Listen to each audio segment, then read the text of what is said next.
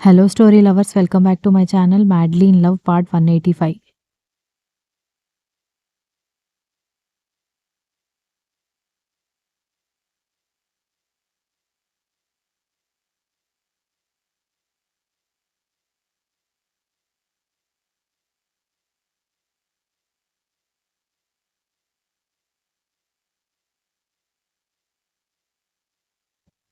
ఆహా! అని అతను వెటకారంగా అనగానే, అవును, పెళ్లి చేసుకోవచ్చు కదండీ! రాత్రి కూడా కలలోకి వచ్చి తెగ అల్లరి చేస్తున్నారు. మనం పెళ్లి చేసుకొని భార్యాభర్తలం అయిపోదామండి అని చెబుతూ ఉంటే, ఇంటికి వెళ్ళాక తీరిగ్గా కలలు కంటూ ఉండు. పద నిన్ను ఇంట్లో డ్రాప్ చేస్తాను అనగానే, ఎందుకు మీకంత తొందర? మీకు గుర్తుందా? పెళ్ళయ్యే వరకు అమ్మాయి మా దగ్గర ఉంటుంది. పెళ్ళైన తర్వాత మీరు తీసుకువెళ్ళిపోండి బాబు అని మా నాన్న చెబితే, నన్ను వదలలేక నా చేతిని గట్టిగా బిగించుకుని పట్టుకున్నారు. ఇప్పుడేమైంది మీకు అని అడిగింది.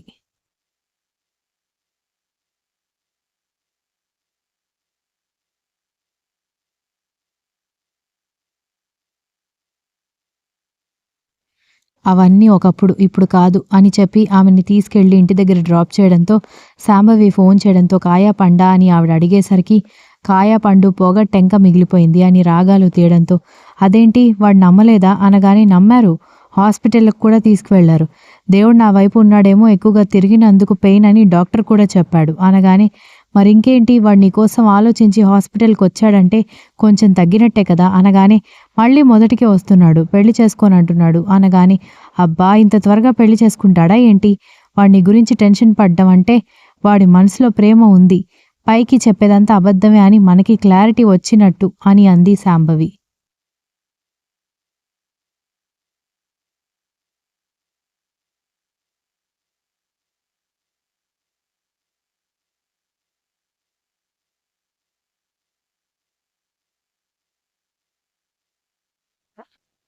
అవును. అయితే ఇప్పుడేంటి అని అడిగేసరికి, ఓసి పిచ్చి మొహందానా! ఇలాగే రోజుకొక ప్లాన్ వేస్తూ ఎలాగోలా వాడు నీ గురించి టెన్షన్ పడుతూనో, లేకపోతే జెలసీగా ఫీల్ అవుతూనో ఉండేలా చేయవే. అనగానే, జెలసీగా అంటే వేరే అబ్బాయితో మాట్లాడాలా? ఇంకేం లేదు, అంతే, నన్ను చంపేస్తాడు అని అంది.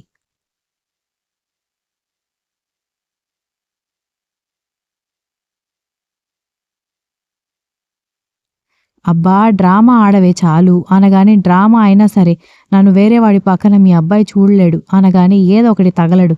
ఏదోలే పాపం అని ఐడియాలు చెబుతూ ఉంటే, ఎడ్డమంటే తెడ్డమంటావ్ అని కోపంగా ఫోన్ కట్ చేసింది శాంభవి.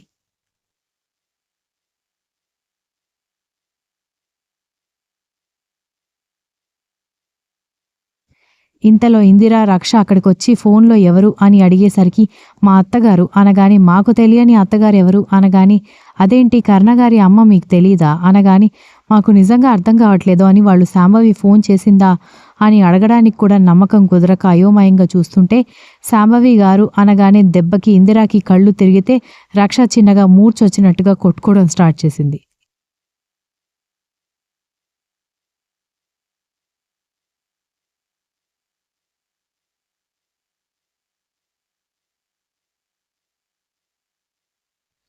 అయ్యయ్యో! ఏమైంది మీకు అని ఇందిర మొహం మీద అక్కడే ఉన్న బకెట్‌లో నీళ్లు చిలకరించి, రక్షా అని గట్టిగా కదిలించి లేపడంతో, నువ్వు చెప్పింది నిజమేనా? లేకపోతే మా చెవులకి, కళ్ళకి వచ్చినట్టు చత్వరం ఏమైనా వచ్చిందా అనగానే, ఏం రాలేదు, నేను చెప్పింది నిజమే అని అంది.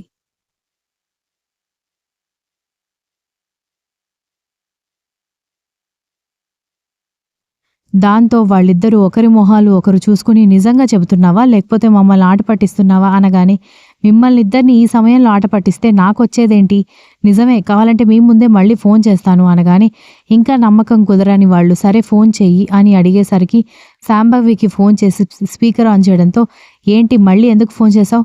నేను చెప్పిన ఐడియాలు నీకు నచ్చలేదు అన్నావుగా, ఇక వాడిని ఎలా పెళ్లి చేసుకుంటావో నీ ఇష్టం అనగానే, ఆ మాటలు విని ఇద్దరూ కళ్ళు పెద్దవి చేయడంతో, ఇప్పుడు నమ్మకం వచ్చిందా అనగానే, ఎవరికి నమ్మకం రావాలి అని అడిగింది ఆవిడ.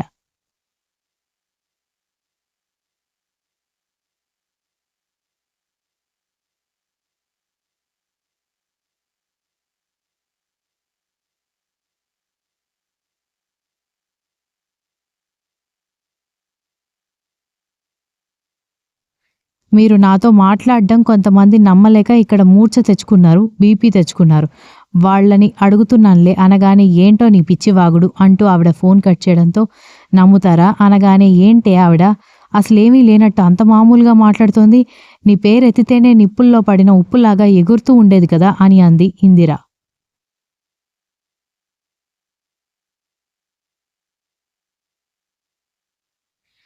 ఒకప్పుడు అలాగే ఉండేది కానీ కొడుకు దూరం పెట్టేసరికి పాపం ఆవిడలో మార్పొచ్చింది. ఆవిడే కారులో వచ్చి మరీ నాతో మాట్లాడింది. ఇంకొక విషయం చెప్తాను, మీరు బయట చెప్పి టామ్ టామ్ చేయకండి అనగానే ఏంటక్కా అది అని రక్ష అడిగేసరికి కారులో ఆవిడ ఇప్పటి వరకు చేసిన తప్పులన్నిటికీ నా కాళ్ల మీద పడి క్షమాపణ అడిగింది అని చెప్పింది దక్ష.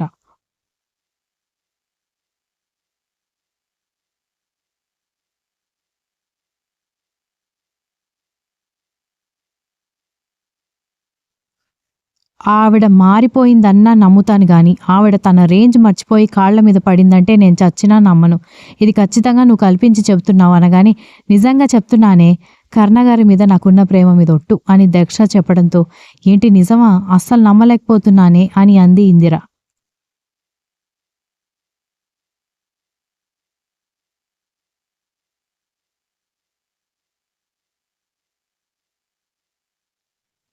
నువ్వేంటి నేనే నమ్మలేకపోతున్నాను. అన్నిటికీ మించి మీ ఇద్దరి పెళ్లి జరగడానికి నేను హెల్ప్ చేస్తానని చెప్పి ఇందాక మీ బావగారు నాతో మాట్లాడడానికి ఒక ఐడియా కూడా ఇచ్చింది.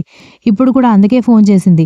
నేను అయ్యగారికి కోపం వస్తుందని చెప్పేసరికి మా అత్తగారికి కోపం వచ్చింది అని చెప్పడంతో ఏంటి విచిత్రాలు, అది కూడా ఇంత తొందరగా జరిగిపోయింది అని ఇందిర తనకేమైనా జ్వరం వచ్చిందేమో, తప్పుగా వింటుందేమోనని తన నుదురు మెడ టచ్ చేసుకుంటూ చెప్పడంతో నీకు తొందరగా అనిపించిందా? మా తల్లే, ఆయన నన్ను ప్రేమించిన 3 ఏళ్లకి నేను ఆయనకి ఎదురుపడ్డాను. నన్ను ఆయన ప్రేమించారని తెలియడానికి 3 నెలలు పట్టింది. ఆ తర్వాత 3 నెలలు కలిసి ఉన్నామో లేదో సంవత్సరం ఎడబాటొచ్చింది. ఆ తర్వాత ఒక నెల రోజులు కలిసి ఉన్నామో లేదో నా ఎడబాటు మళ్ళీ. నేను ఆయన గురించి ఆలోచిస్తూ బాగా టెన్షన్ పడడం వల్ల కాళ్ళు చేతులు పడిపోవడం. ఇవన్నీ నీకు త్వరగా జరిగినట్టు అనిపిస్తోందా అని అంది దక్ష.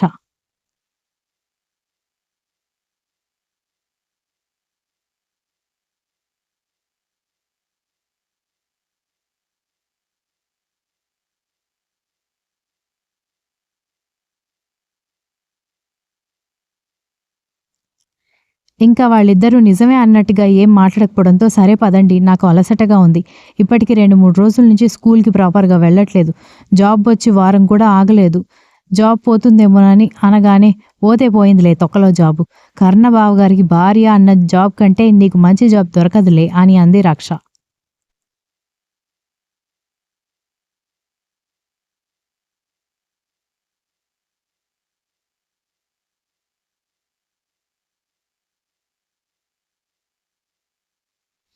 దీక్షిత, విరాట్, శాంభవి వైపు ఇంకా నమ్మలేనట్టుగా చూస్తుంటే దక్ష మాత్రం గుడి అరుగు మీద కూర్చుని వాళ్ళని వాళ్ళ ఎక్స్‌ప్రెషన్స్‌ని నవ్వుతూ చూస్తుంటే నిజంగా మీరు మారిపోయారంటే నాకు నమ్మబుద్ధి కావట్లేదు ఆంటీ అని అంది దీక్షిత.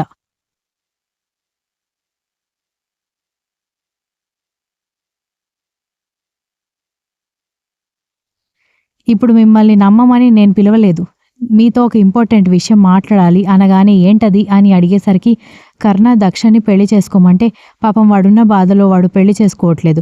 వీటన్నిటికీ ఒకటే పరిష్కారం అనగానే ఏంటాంటీ అని విరాట్ అడిగేసరికి సంగవి నవీన్ ఫస్ట్ కలిసేలా చేయాలి. ఆ ప్లాన్ ఇంప్లిమెంట్ అవుతున్నప్పుడే దక్ష కర్ణ ఇద్దరూ కూడా కలిసేలా చేయాలి. దీనికి మీ హెల్ప్ కావాలి అనగానే ఇది ఇంకాస్త పెద్ద షాక్ అయిపోయింది దీక్షిత విరాట్‌కి.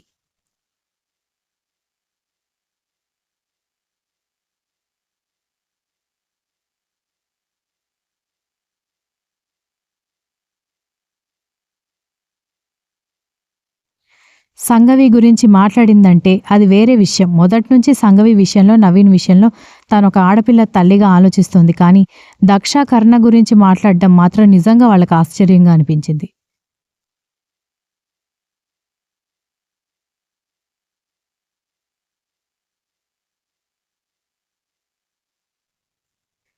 ఆంటీ మీరు నిజంగానే అంటూ ఉంటే ఎన్నిసార్లు చెప్పాలిరా నిజంగానే అని సాంబవి కొంచెం చిరాకు పడేసరికి ఇంక క్వశ్చన్ చేసింది చాలు గాని ఏ రకంగా ప్లాన్ చేయాలో ఆలోచించండి అని దీక్షిత చెప్పడంతో నన్నేం హెల్ప్ చేయమంటారు, ఇది మొత్తం దీని మూర్ఖత్వంతో పాడు చేసుకుంది. వాడు మొన్నటి వరకు దీనికోసం తాపత్రయపడుతూనే ఉన్నాడు. ఇక ఇది కుదరదు, ఎప్పటికైనా తన హార్ట్ బ్రేక్ చేసి వెళ్తుందని భయం వేసే వాడింక దక్ష గురించి పట్టించుకోకూడదని అనుకున్నాడు అన్నాడు.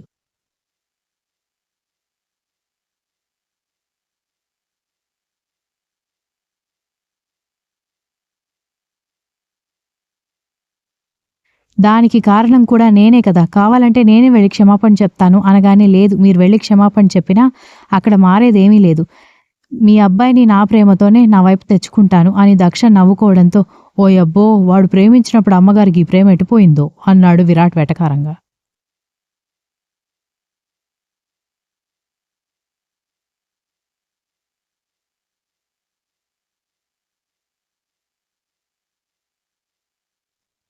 అబ్బా! పాత విషయాల గురించి మాట్లాడకు బావ.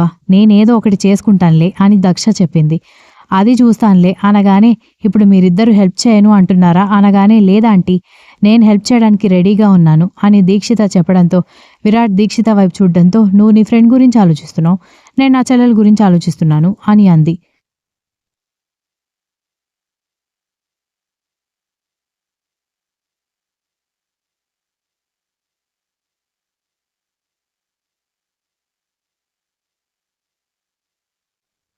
సరే అయితే రేపు సంగవి గుడికొస్తుంది. అదే టైంకి నవీన్ గుడికొచ్చేలా నువ్వు దీక్షిత చేయాలి అని దక్ష వైపు చూడ్డంతో, అలాగే ఆంటీ అని దక్ష చెప్పడంతో, అలాగే కర్ణ గుడికొచ్చేలా నేను చూస్తాను. నువ్వు కూడా గుడికి రా.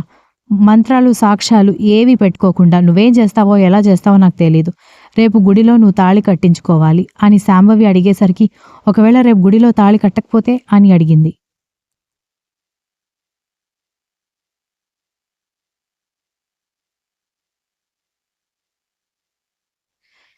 అయితే ప్లాన్ బి ఆలోచిద్దాం. రేపైతే నువ్వు ఇది ఇంప్లిమెంట్ చేయడానికి ట్రై చెయి అనగానే, కానీ మా అన్నయ్యని, వదిన్ని, కర్ణగారిని ఒక చోటికి తీసుకొస్తే ఒకరినొకరు చూసుకుని అప్సెట్ అయి వెళ్ళిపోతారేమో అని అంది Dikshita.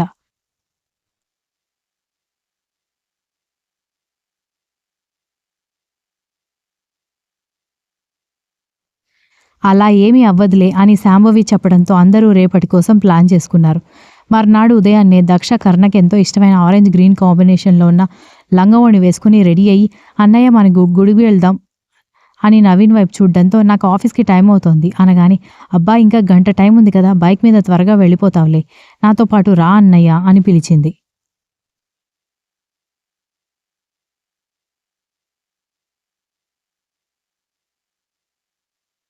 Continues. If you like the story, please like, share, comment and don't forget to subscribe.